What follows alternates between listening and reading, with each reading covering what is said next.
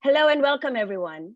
Thank you for joining this Global Investigative Journalism Network webinar, The US Election, What's at Stake? It's the first of three webinars the GIJN is doing on the election.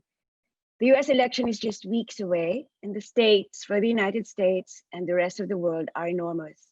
That's why we're discussing with three American journalists who are digging into US politics to find out more about what's at stake and what journalists need to investigate. I'm Sheila Coronel. I teach investigative journalism at the Columbia Journalism School, where I'm also Dean of Academic Affairs. I was an investigative journalist and co-founder of the Philippine Center for Investigative Journalism and served as its executive director for many years.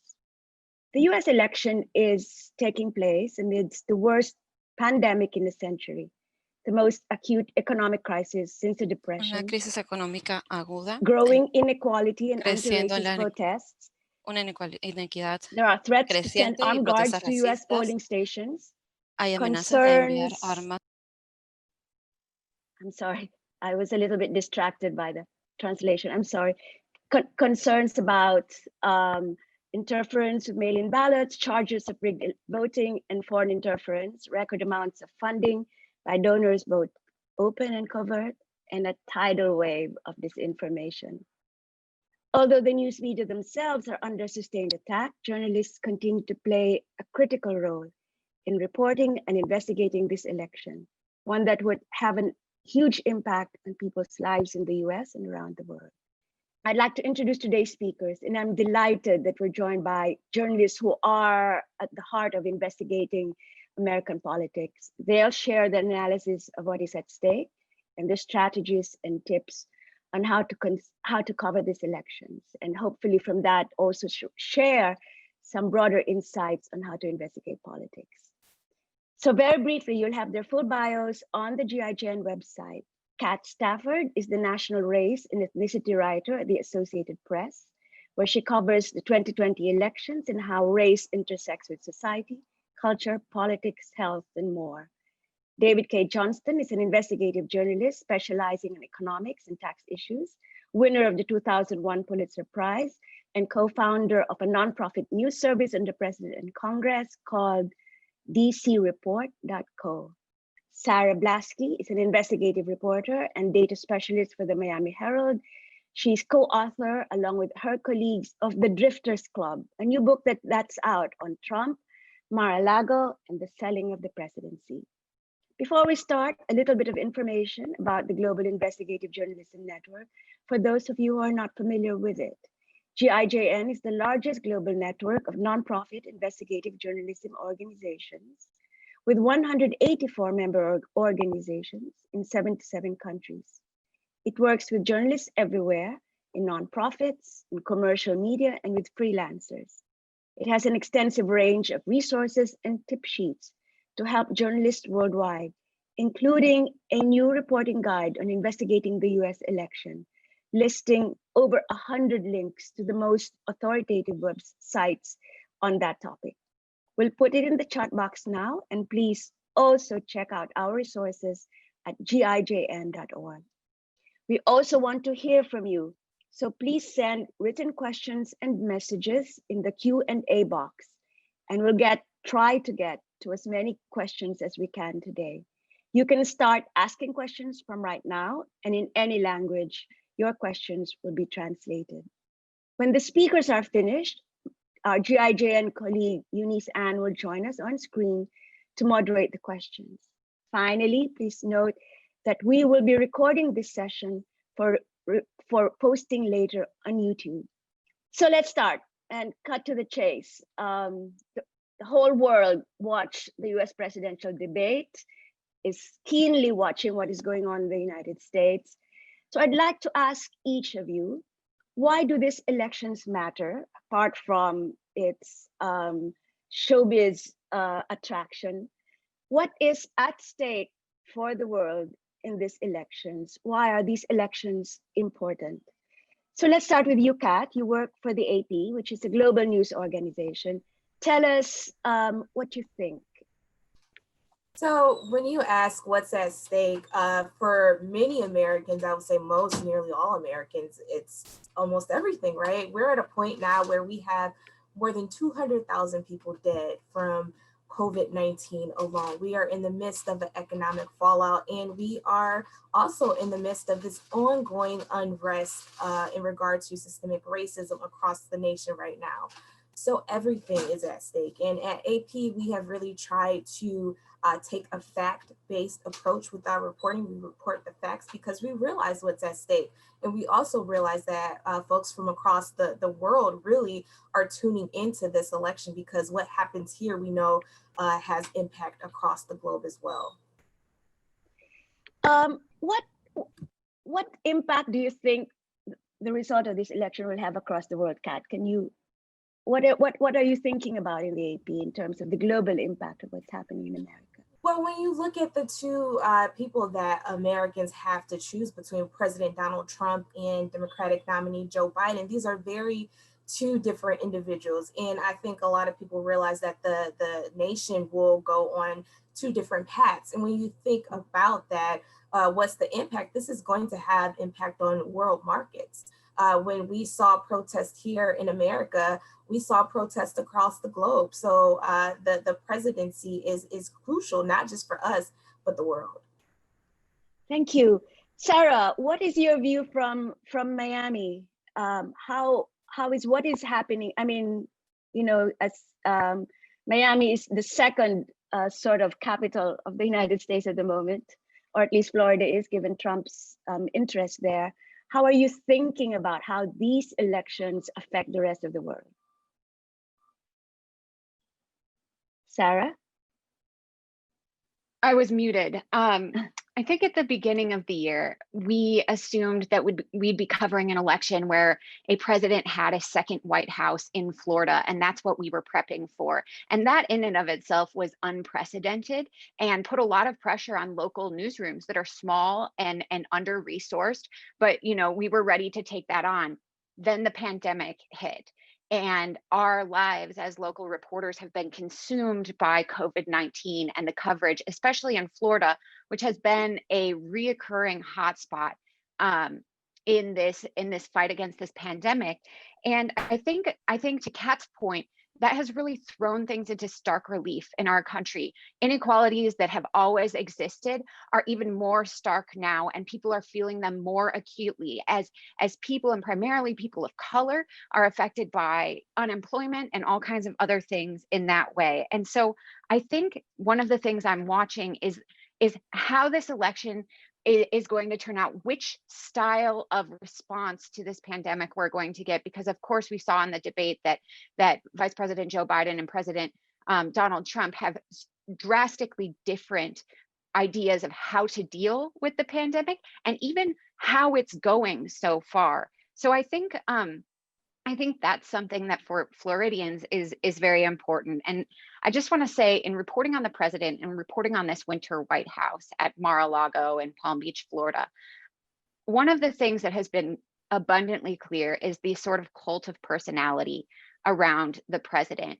We are not in a world where reporting facts is penetrating, you know, broad sections of American society. Some people are much more influenced by this personality of the president, and that has made things incredibly challenging. And I would argue probably nowhere more so than Florida.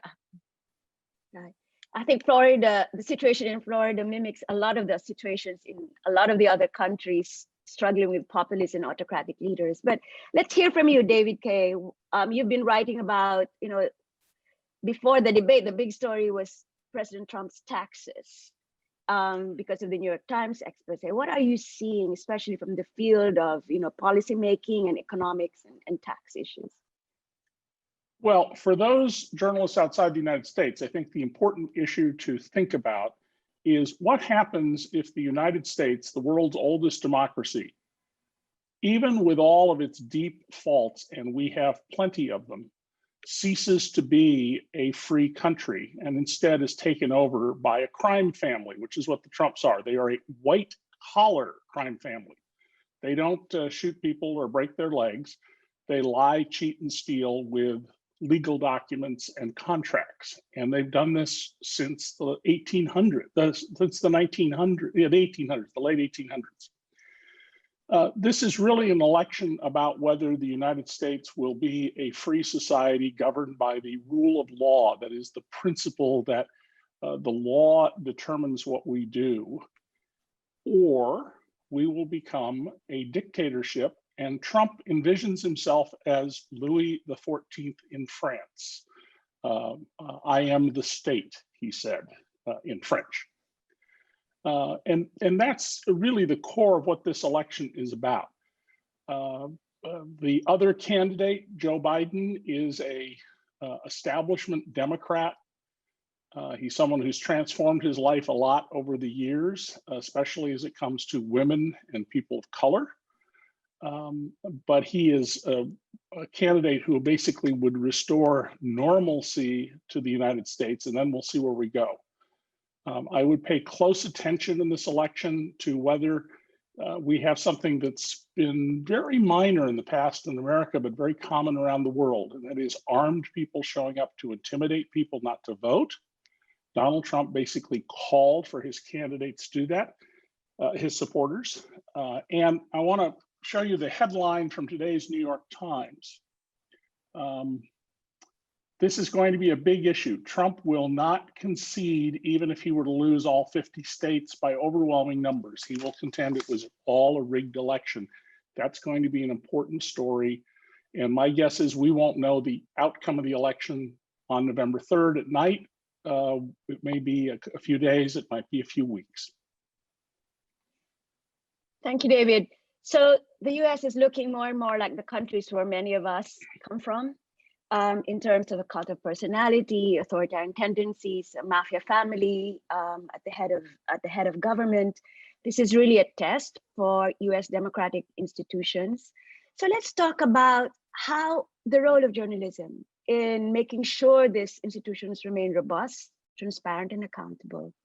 What are the important accountability stories that you are seeing where you are in that will matter in this election and help inform citizens about what is at stake, not just citizens of the United States, but citizens of the world, because the rest of the world, as you've all said, has an interest in the outcome of this election.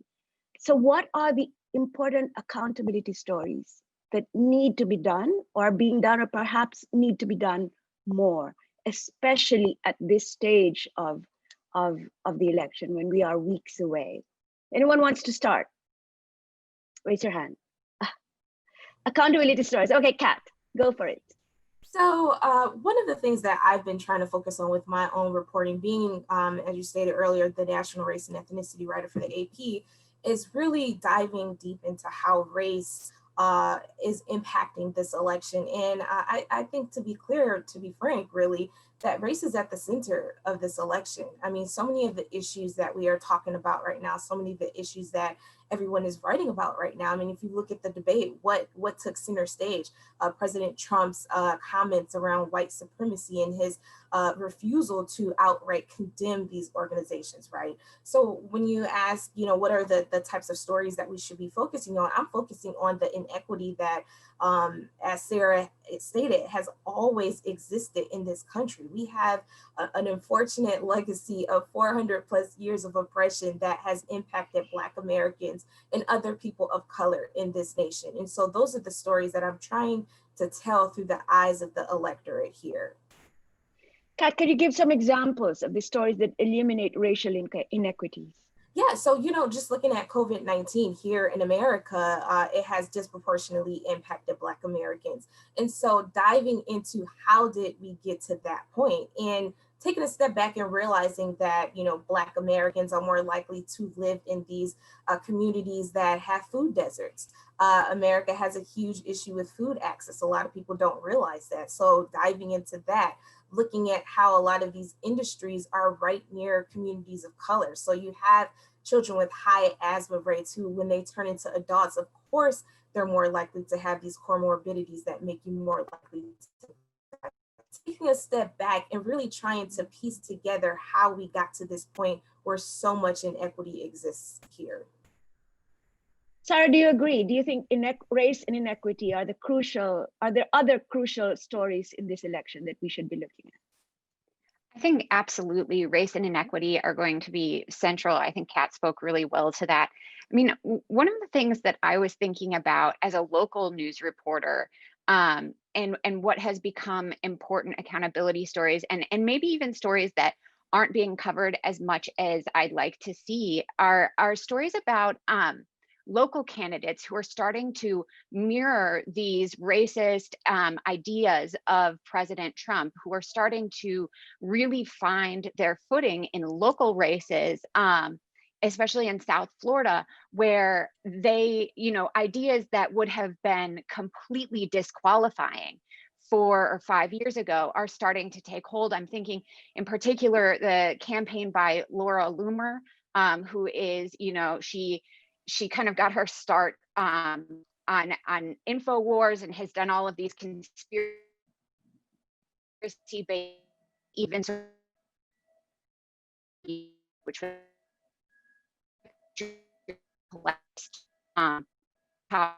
of people in South Florida. She sort of went out there and did some things that people at the time, the Republican base at the time, thought was awful. But now she's actually won a Republican primary to challenge a like long-seated Democrat in the area that actually is in the district of Mar-a-Lago. And so she's just one person, but there are many examples of that. And I think we need to make sure that we are covering these things, that we take these things seriously, but also there's that balance of not giving too much airtime to ideas that shouldn't have them. And I think that's something we're still working on striking a balance with. And I think that's something to watch and something to always be paying attention to. That's a very good point. And maybe we can come to that later. Let's hear from David first about what he thinks are the important accountability stories.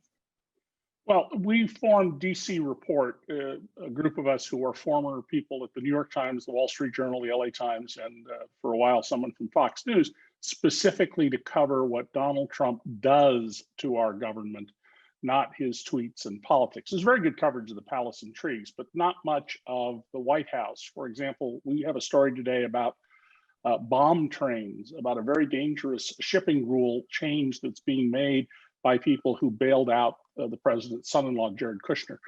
Fundamentally, from the rest of the world, I think it would be good to pay attention to an interesting phenomena. The US has interfered in the elections and the governments of many countries, overthrown people, put in its clients, and sometimes removed its clients. And now we are seeing intense interference in this election solicited by Donald Trump.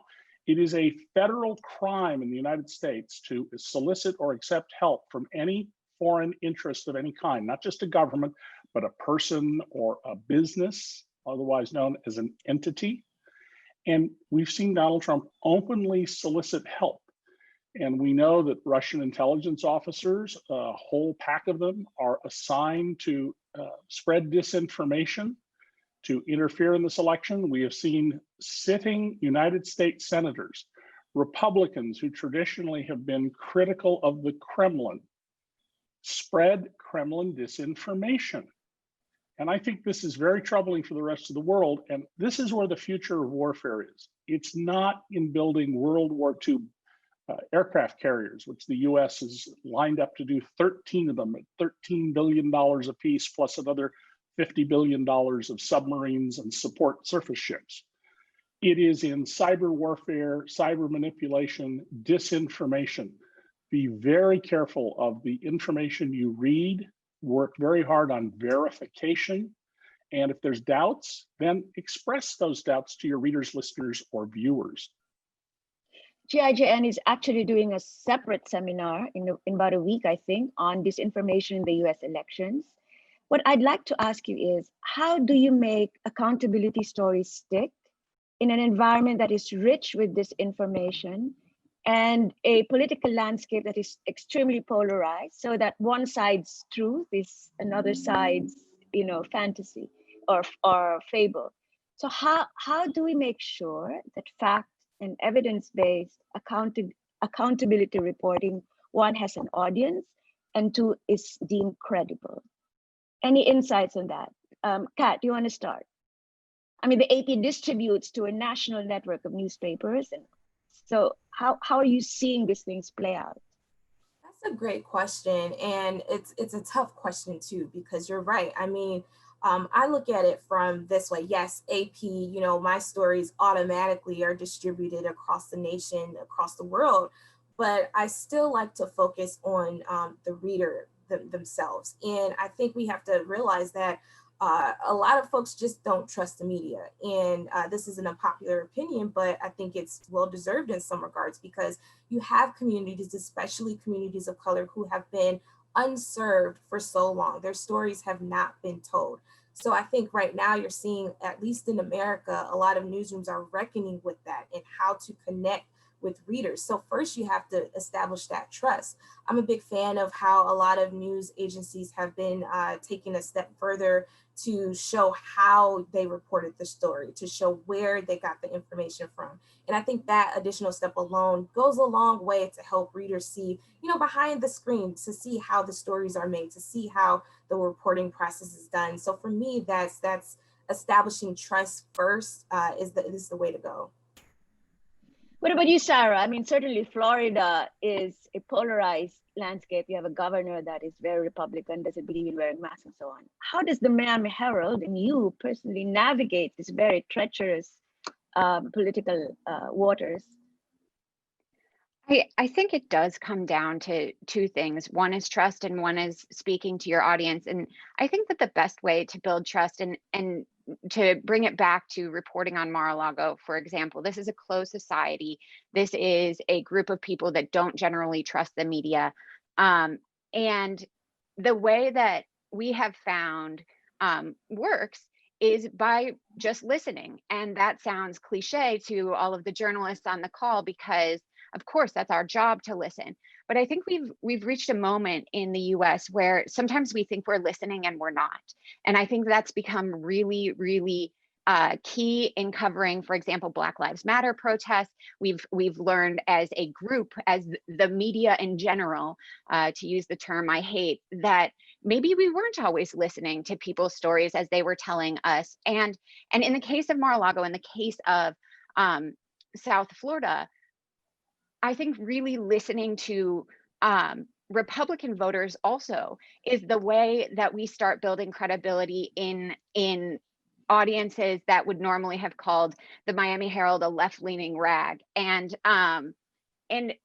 it's not, again, I just want to say it's not that we repeat everyone's claims equally. You know, we're not going to report that it's raining if it's not, but I think understanding why people think that it's raining if it's not is very important. And that's something that I think we can really do by listening to people that we go out to cover, by really trying to understand where they're coming from. And in some cases, also presenting the information back in ways that connect with people. The Miami Herald recently did a project called Just Like You. And what it was an interactive interface that told stories about COVID-19 based on who the reader was. And so the reader could select certain demographic inputs, and the article would be tailored to them, talking about anecdotes about people that were like them, age, where they lived, all of that kind of thing. And also information that was important to them, if they had kids in school, how that was going.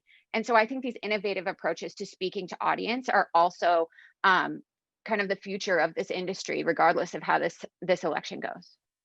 Thanks.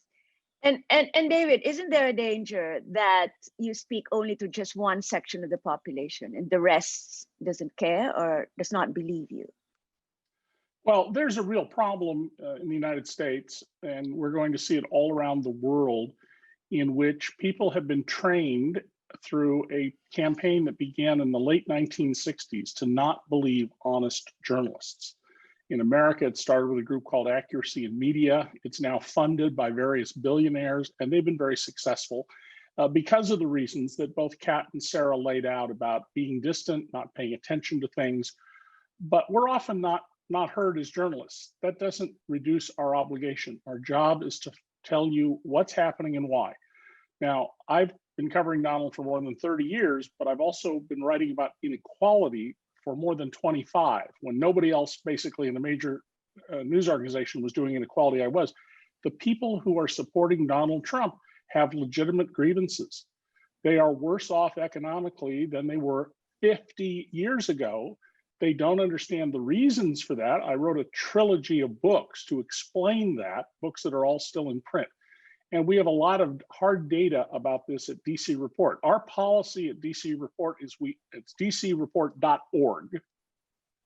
We only use named sources and official documents, and we use lots of links so people can verify. We know lots of people will reject us. They won't even read us. They'll, without reading us, accuse us of being liars because they've been trained to do that. As journalists, our job is to make the record that will stand up to time. And what you're seeing happen in the United States after this election is not over. There are going to be other people who want to take the United States and other democratic countries and put in place dictatorial, authoritarian, totalitarian leaders. It's part of the human condition. A lot of people think that would be just fine. So don't look at this so much in the short run, see it as part of a broad sweep of history. I think there is a tsunami of economic pain that has been building in the developed world for the last 40 years, brought about by government policies that make the rich richer, and literally, as we've documented repeatedly in DC Report and I've documented in my books, taking money through stealthy means from the pockets of ordinary people and putting them in the pockets of the very rich. And just one last little point here. Donald Trump keeps going around bragging about how much better people are. Well, we've done a 4-part analysis of the new official government data. The poorest 50 million American taxpayers, that's not the poorest Americans, it's the poorest ones who pay income tax. Their incomes went down under Trump. They went down by 1 percentage point of the income pie. If you think of income as a pie that gets sliced up by groups, the poorest group lost 1 percentage point. And where did that go? It went to the 22,000 richest households in America. They went up 1 percentage point. And half the income growth under Trump, there was income growth, went to the 1%, and most of that to the 1 in 1,000 households at the very top. So people have real grievances, Sheila, and that's what you're seeing Donald exploit. He doesn't care at all about these people. He's just exploiting it. And little confession, much of what Donald's campaign 4 years ago drew on things I said on television. And I know he studied what I was saying on television. I can show you line after line after line that he took from my work and twisted a little bit, but it took right out of my work, phrases of mine. Yes. So let me just remind the audience that you should start asking questions so we can hear from you. But going back to that point about investigating inequity and its impact and consequences. Certainly, as you said, inequality has its impact on the kinds of grievances that it feeds on resentments about race, gender, et cetera. How does this translate into actual stories, into actual accountability stories? These are broad themes, as you know, Kat, you've been covering race and society and politics for a long time. How do you get this into the news cycle? How do these broad, you can say, sociological concepts translate into accountability reporting? Well, one, I firmly believe, and I say this being a race writer, that it does not take a specialty beat to write about these topics. I really think that race should actually be part of everyone's coverage, whether you cover business, finance, autos, whatever you cover, there's a way to cover it. And I say that because we know that inequities don't just exist in the COVID-19 pandemic. It's not just in criminal justice, it's in everything. It's in housing. There are stories to tell about how America has a very real lack of affordable housing for many Americans. There's a crisis. We have a homeless crisis in many communities across the nation. You can write stories about the wealth gap. I mean, that's really the underlying issue here, is that there's such a huge gap of wealth in this country. So there are many ways to tell these stories. You just have to be willing to dive in deep. And the one hindrance that I think that a lot of American media runs into is they're not able to tell these stories because they're not entrenched in these communities. So they're not able to identify these issues that have been existing for a long time. And that's why I think it's very crucial for us as journalists to focus on what I call equitable sourcing. It's not so much just relying on these national or these spokespersons, these individuals of power, but actually talking to everyday Americans, everyday residents to actually see what's happening on the ground in the community. So I've kind of flipped it. You know, I focus on talking to the people as opposed to talking so much to the campaigns that I cover. Right, that makes sense. What about you, Sarah? How do you do this there's no shortage of stories in Florida. How do you pick the ones that you think are most important for this election cycle? I think that the biggest thing that we've learned at the Miami Herald this year is exactly what Kat is saying. It's important to have established yourself in communities as reporters and cover things day to day. When we're there every day, when our daily reporting reflects a diverse group of people, a diverse diverse voices, that's really when accountability reporting starts sticking, because the fly-in parachute style journalism that we've kind of always associated with foreign correspondence and that kind of thing. I say that humbly. I used to do this too in Latin America, but I think that kind of reporting doesn't always stick in local communities because it's kind of one and done many times. And I think being there over time, going to the boring meetings, going to, really into the details of what affects people's lives from the day to day and hearing from those people is how we ultimately establish credibility in a community. It's not one story. It's not how we choose one story. It's how we choose to allocate our resources as a newsroom as a whole. And I think one of the things that's a competing pressure here, especially on local newsrooms, is this idea that clicks generate money. And that has created a problem where sometimes the choices become, what is the story that's going to get the most clicks? What's the most outrageous thing? Which can often be detrimental to what is the most important thing, or it counterposed to what is the most important thing.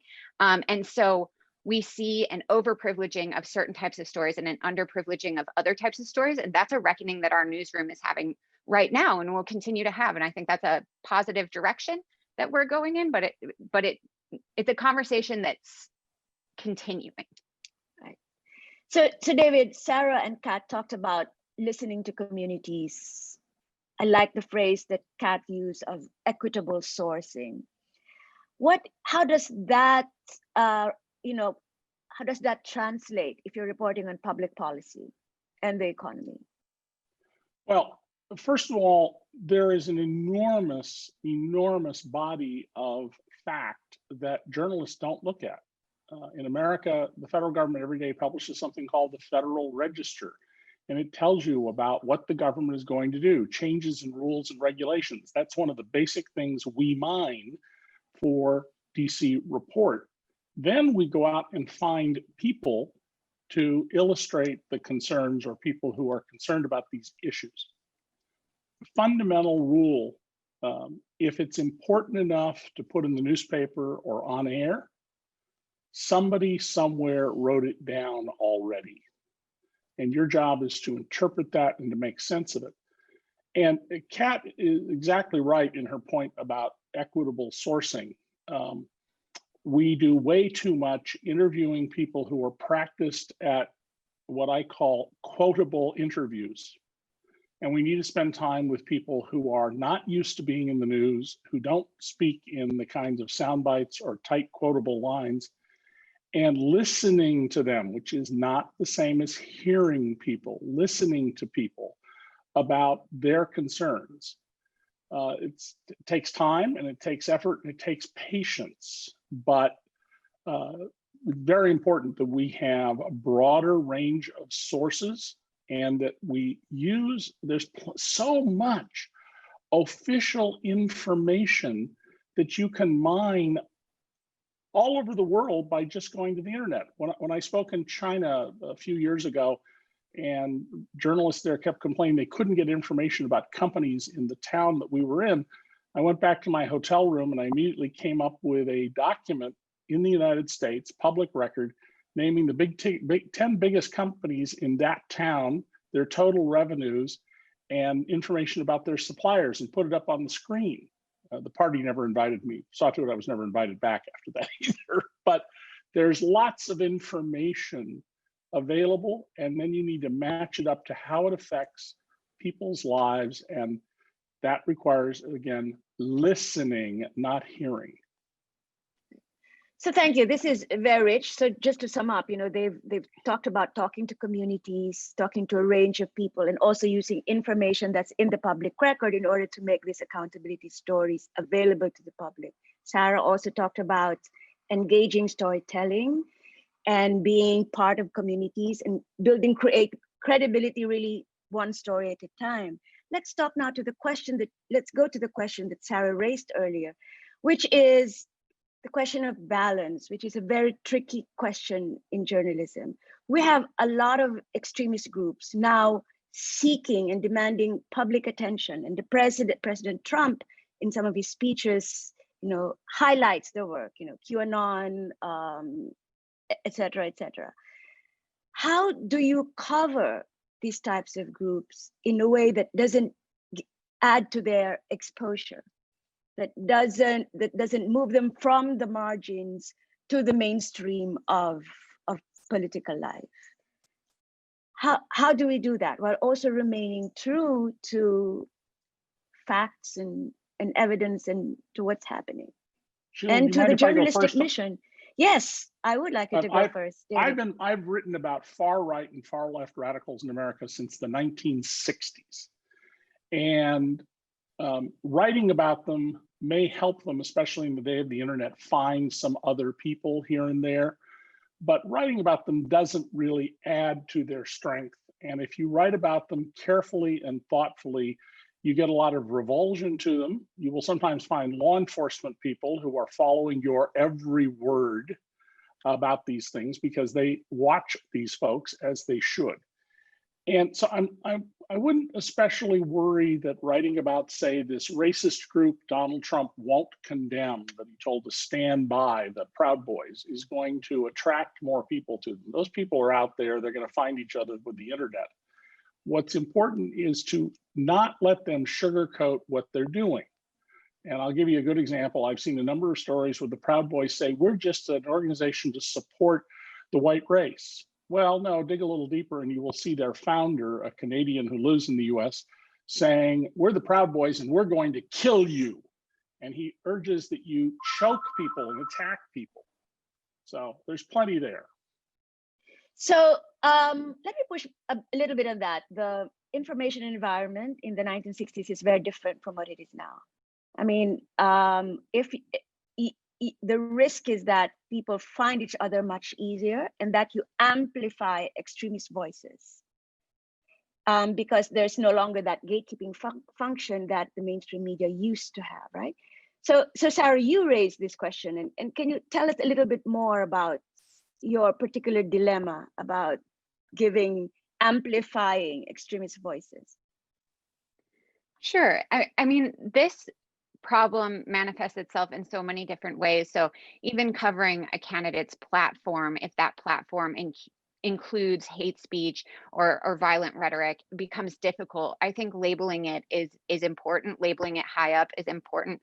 One of the conversations we're currently having at the Herald, and it's something that I think is going to be talked more about here next week at the Disinformation panel, is we're creating a tracker where we want to flag disinformation for our readers and flag violent hate speech, because frankly, not everyone is totally aware of what falls into each of those categories. We as reporters have had to do a lot of homework on exactly where is the line of disinformation? How do you define that? What is hate speech? What doesn't hit that level to qualify as that kind of thing? And And so when we have found something that does meet these standards that we have set out, what do? We want our readers to be able to see the ad, the flyer, the content that we are labeling as disinformation. We want them to be able to identify that this is something that they had seen, but we also don't want to republish that exact same image,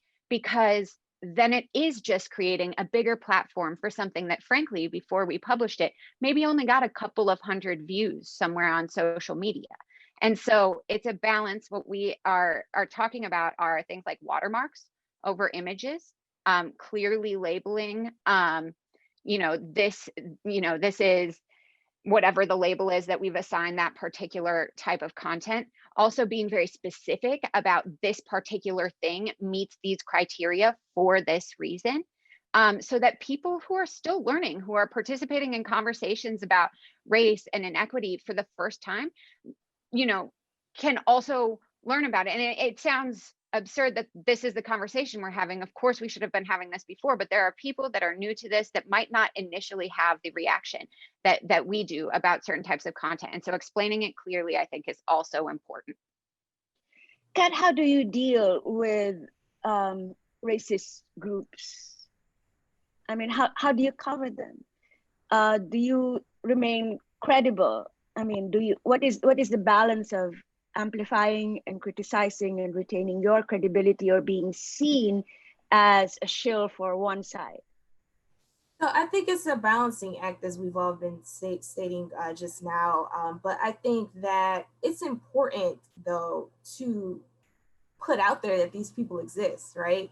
That these people are not necessarily hiding in a dark basement in the middle of America, in the middle of nowhere, right?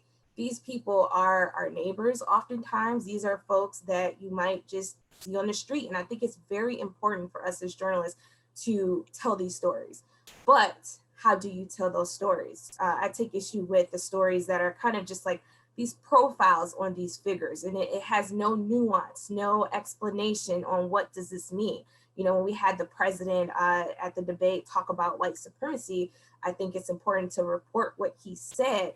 But how do Black Americans feel? How are people feeling to know that it is 2020 and we are having these sorts of discussions, that these sort of demonstrations are taking place across the country, right? I think it's important, going back to my point of equitable sourcing, to think about who are we giving a platform in our stories when you're writing about these people. So if I'm writing about white supremacists or racism, I'm going to go talk to the people that are most impacted by this. I want to hear how they are handling this, how they are processing this. I think that's how you go about reporting it, is making sure that you're providing that side to it and not just emphatically stating what these folks are saying as fact. So we are 4 weeks before the election. Let's look now at the voting process itself and the entire election system, and how fair it is, how equitable it is, and what stories need to be done to ensure that US elections are free and fair, and that people who want to vote have the opportunity to do so. Anyone wants to take this first? David, I see you nodding your head. Yeah. Sure. Well, a couple of things to understand. American elections have always been done on the cheap. About 1990, we began to see electronic voting with software. And my wife was actually the person who wrote the non-technical version of the first report on how easy it was to manipulate vote counting software. We have at least 3 states, Tennessee, Texas, and West Virginia, where courts ruled that the right of a software company to the secrecy of its code, called spaghetti code rather than block code if you're a technical person, the right to the secrecy of their code trumps the right of the public to audit whether the votes were counted honestly. And all of the big election vote counting companies in America, or most of them anyway, are controlled by big Republican donors. So there's a lot of concern about the integrity of the elections, but not of the concern Donald Trump is worried about. Canada, our northern neighbor, uses mostly paper ballots and has very few issues about integrity. I'm more worried in this election, not about the vote count, but about suppressing the vote in Kentucky for Jefferson County, which is Louisville, Kentucky. Over 600,000 voters, half of the African-American voters in Kentucky are in that county. They have a single polling place.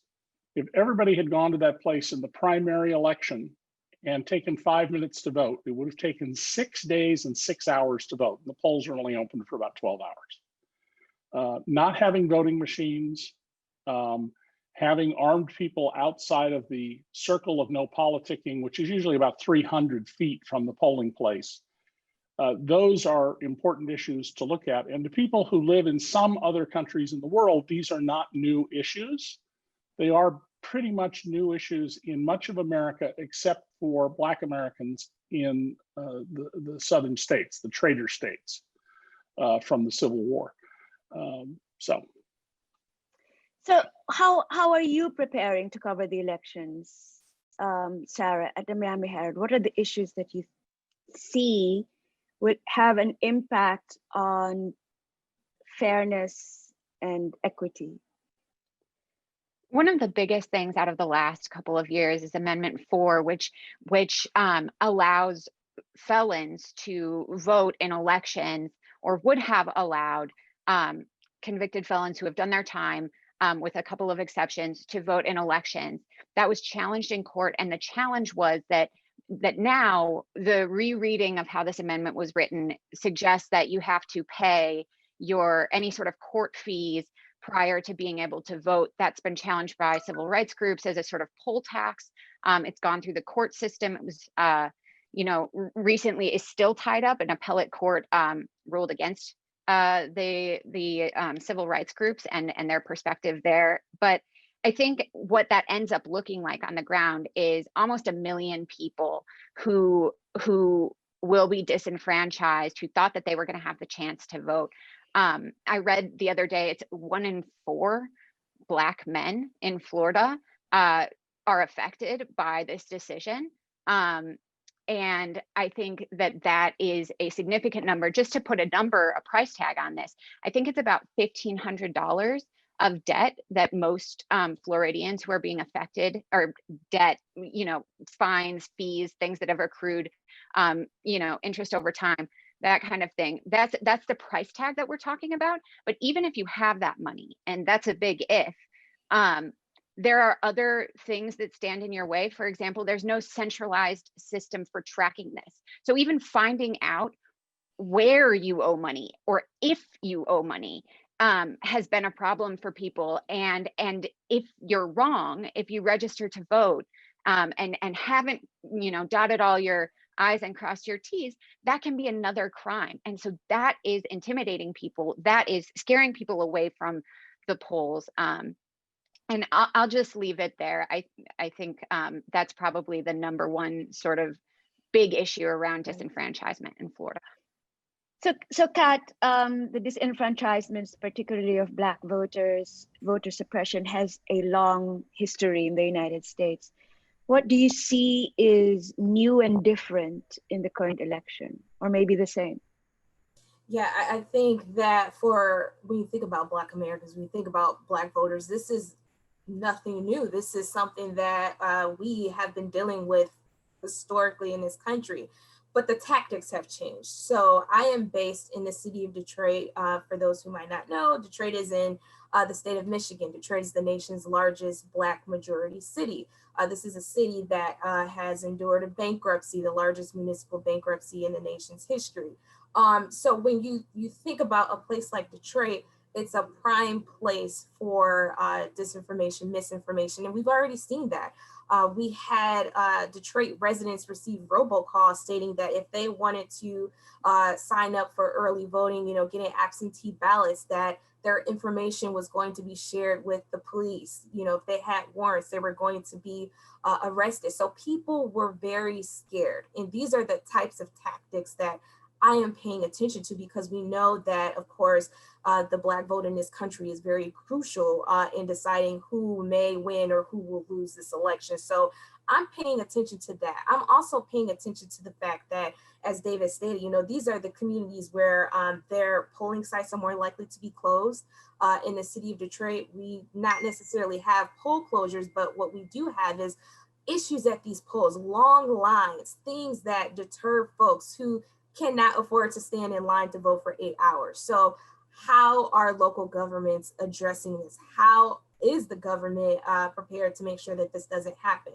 So those are the types of things that I'm monitoring, because we know it's going to be an issue across the country in a lot of these predominantly Black cities. So I have a lot more questions to ask all of you, but I think it's time to give our audience a chance. Thank you so much for your very insightful answers. So Eunice Al from GIJN will read some of those questions. Hi, everyone. Please, Eunice. Yeah. I will start with two questions at the beginning. The first one, what kinds of stories will have the most impact in the time remaining, and what mix should we choose? Should we choose public service stories informing voters about deadlines and processes, or investigative stories that hold bad actors to account or expose disinformation? And the second one, are reporters investigating which lobby influences the elections in the USA?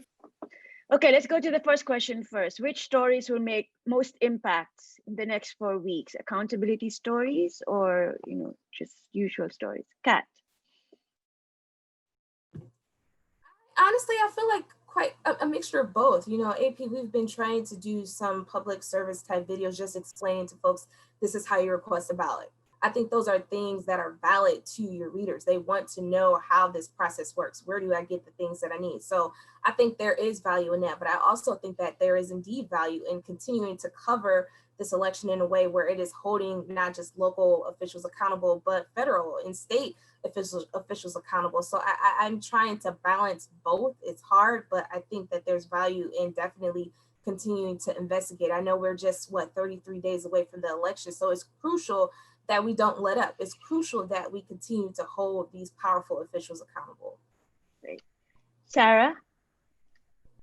One of the things that I think is important, and I agree with Kat, I think both.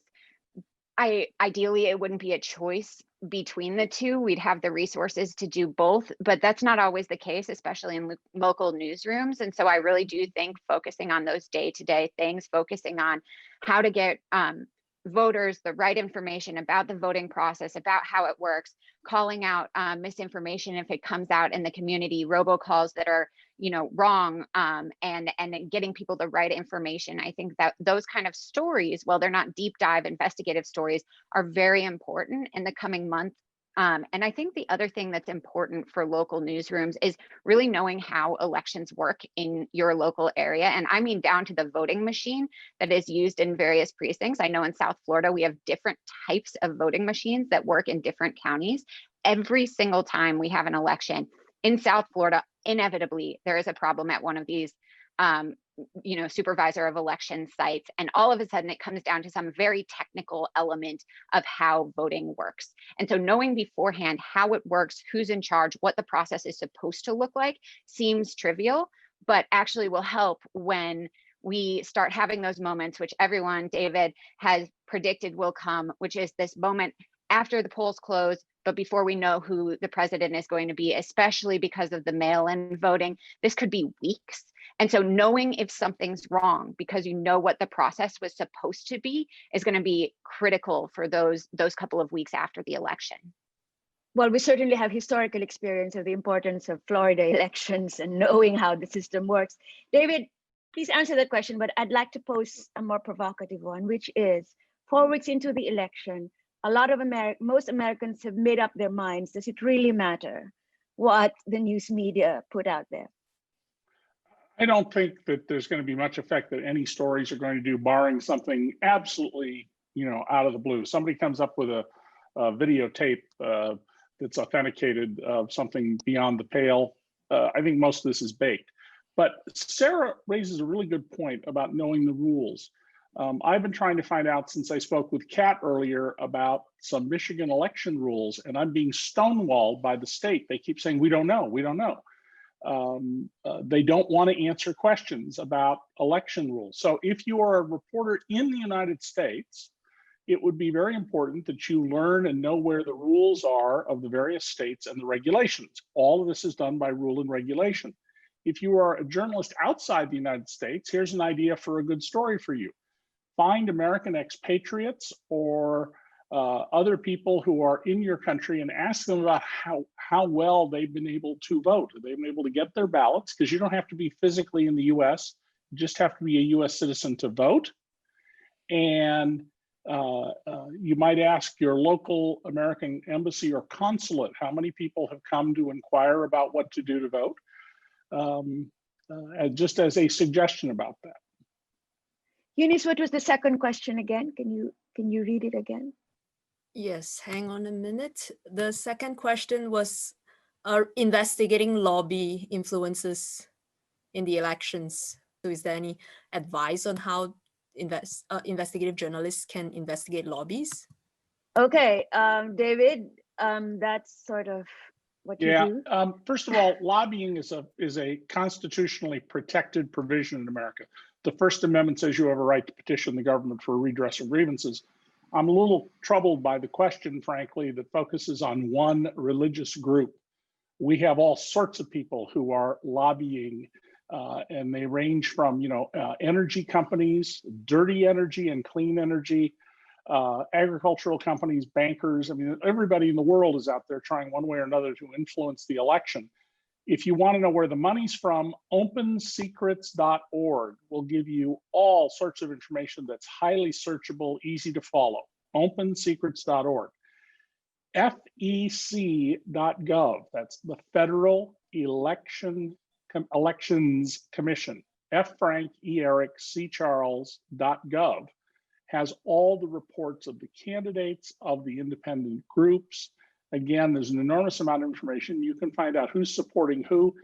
If you have the technical skill, you can calculate how much money came from which zip code. Did a candidate running for the Senate in Texas get his or her money from Texans, or did it come from New York and Los Angeles? So David walked us through some of the public records that are available in lobbying. Any tips from either Sarah or Kat into looking at the human sources and how you trace the influence of lobbyists in public policy? No? Well, one last point, I guess, from your question. If foreign agents have to register with the US government, I've exposed foreign agents in the past who didn't. And the US Justice Department has a site about FARA, Foreign Agents Registration Act. And if someone represents a foreign government or interest and they're trying to influence the US election of the US government and they're not on the FARA list, you got a story. Kat, if you have something, I want to let you go first, but. No, I just, I personally, just to be transparent, have not done that much coverage around lobbying. But one of the things that I do think about when I think about lobbyists and how that works is, again, my notion of flipping it on its head and really detailing how these efforts impact people. How do they impact communities? How does it impact a city where you have, lobbying, whether it's happening at the state or federal level, where it's redirecting resources in another way? How does it impact folks? So that's how I would approach it if I were to do that sort of reporting. Hopefully that helps, centering the right voices. I want to dovetail what David said. And so David talked about official lobbying, right? One of the things that we cover in Florida kind of frequently is, especially with the president, with US President Donald Trump, is the informal type of lobbying that happens in this administration in particular, where, someone might go to a dinner party at Mar-a-Lago and plant the seed of an idea in the president's head, just, hobnobbing after dinner. And suddenly it becomes the next policy position. This has happened with things like economic policy. There are people who have told me that they planted ideas for different tax proposals, that kind of thing, from just having dinner or close contact. This has affected foreign policy.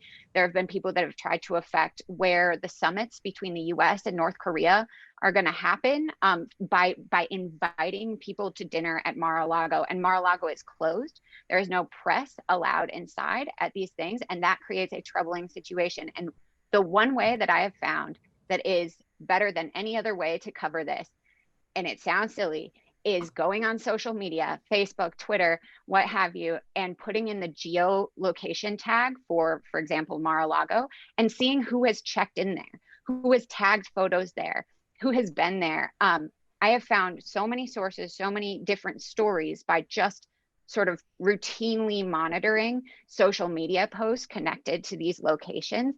I think that's one way to at least know who might have been around and then begin to dig into what their interest might be. Thank you. Eunice, the second round of questions. Yes. The first question, Trump keeps talking about potential fraud. Do you think this is possible? And what suggestions do the speakers have to report on the credibility of the voting process itself? And the second one, I think this is a question just for David.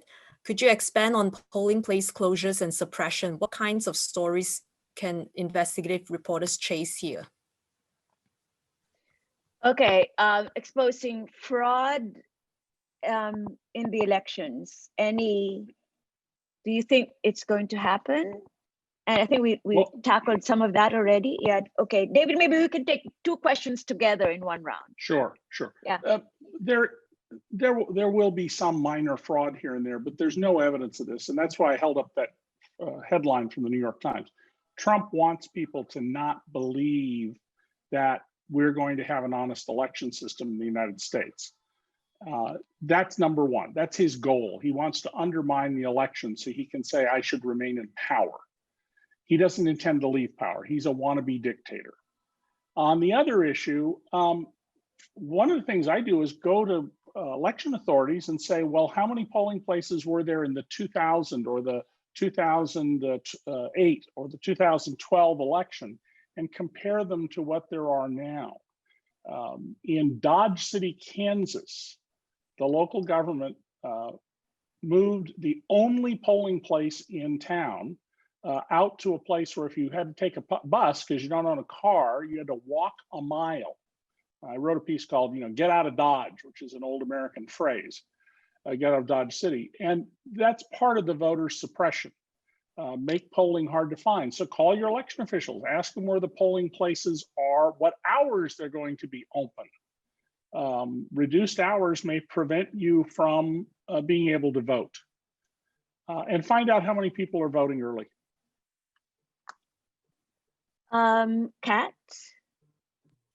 Just add that, there have been numerous fact checks that various news agencies have done in America to disprove this notion that there is widespread election fraud. I believe what is more likely to happen, what we are more likely to see, is voter suppression efforts. And building off of what David said, these poll closures, I recall during the primary, I think this was when Milwaukee was voting, there were several poll closures, and people thought that it deterred a lot of Black people from heading to the polls because Milwaukee was hit very hard by the COVID-19 pandemic early on. A lot of folks died there. And so there were several significant poll closures that made people stay home. So I'm not worried about election fraud. I'm more so worried about how we are going to report these long lines and a lot of this voter suppression and misinformation efforts that are ongoing right now. That's great. Sarah? I think that the bigger issue here is the distrust, as David said. I think that there is an effort to undermine whatever the result may be by casting doubt on it right now.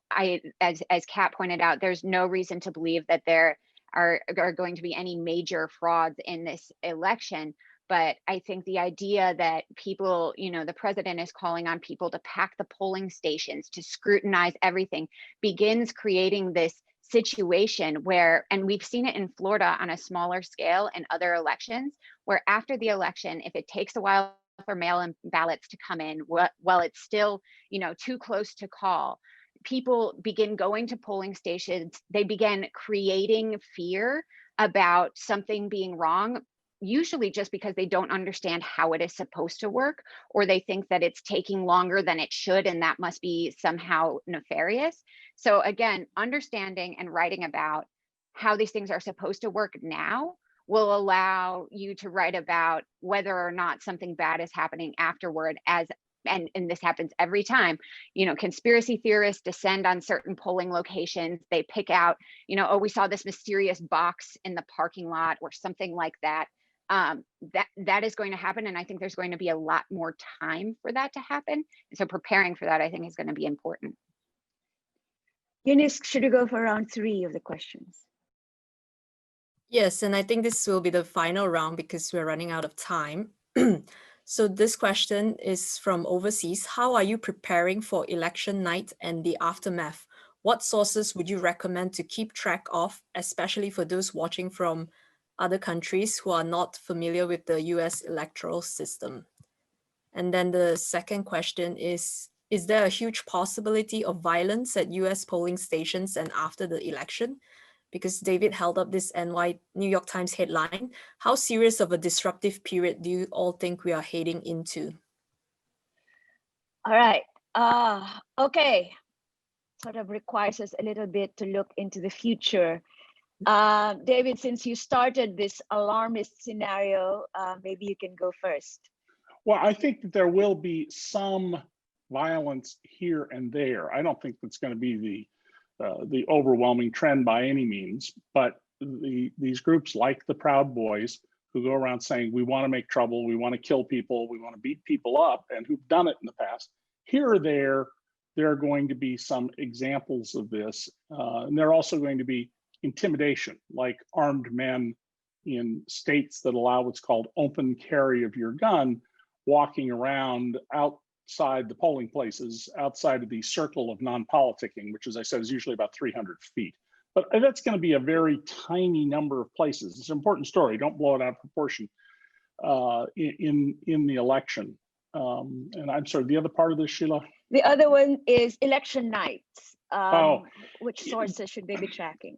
Yeah, well, all of the American television networks, including PBS, the public broadcasting system, CNN, NBC, ABC, CBS, they all have their own teams of people. They work in rooms where they have no contact with the outside world and call the elections. And each congressional, Senate, and presidential election, as they judge that the issue is resolved, they have spent unbelievable millions of dollars on this kind of work. So don't, see what they say and report on what they say. The actual certification of the election doesn't ever occur for a couple of weeks after the vote. Kat, do you want to weigh in on that question? Do you think there will be violence? And then what sources do you recommend for election night? And tell us what you'll be doing on election night, Kat. So I think every newsroom right now, or at least I hope every newsroom, is having this discussion on how are you prepared to handle an election where we will not know. It's likely that we will not know November 3rd that night who is president. That's a very real possibility. So how are we handling that? And AP, we've already been having discussions because, a huge part of what AP does is election calling. We call the winners of these races. And I think that right now, everyone is strategizing on what to do and how we're going to handle that. So I'm preparing to be out, monitoring different polling sites in Detroit, because we know Michigan is a swing state, which means it's a battleground state, and it's going to be extremely important in deciding who wins this election. So I'll be monitoring what's happening on the ground. Now, in terms of will there be violence afterward? We are coming off of a summer of unrest, nationwide, really global protests that were sparked after the killing of George Floyd, right? I think that we can, I don't like to predict things in the future, but I think we can expect to continue to see some level of protests afterward. And I think that every journalist should be prepared to cover that in a meaningful way. Sarah, I agree with that. One thing that I think is extremely dangerous in this situation is the idea of American exceptionalism, the idea that things can't happen in this country because there is something particularly inherently democratic about the United States. And while we do have strong institutions, strong democratic institutions, I think that it's a mistake to treat this election as if the worst can't happen. I think that we shouldn't be alarmist about it, but I do think preparing like we would prepare anywhere else in the world for when a president is saying that they won't necessarily accept the results of an election is important. And I don't think we should approach that any other way than we would anywhere else in the world. Thank you, everyone. Unfortunately, we have run out of time. Before we close, I would like to thank GIJN and our audience today, and a very big thank you to our three very articulate, smart, and insightful speakers, Sarah, Kat, and David. Finally, we hope you can join the second of 3 GIJN global webinars on the American election. The US election digging into disinformation is this coming Thursday, October 8th at 9 EST. There'll be another set of great speakers, but it's hard, let me just say, it will be hard to top this set of speakers that we have here this morning. There is as well a new GIJN election guide for those of you who want to dig deeper into US elections.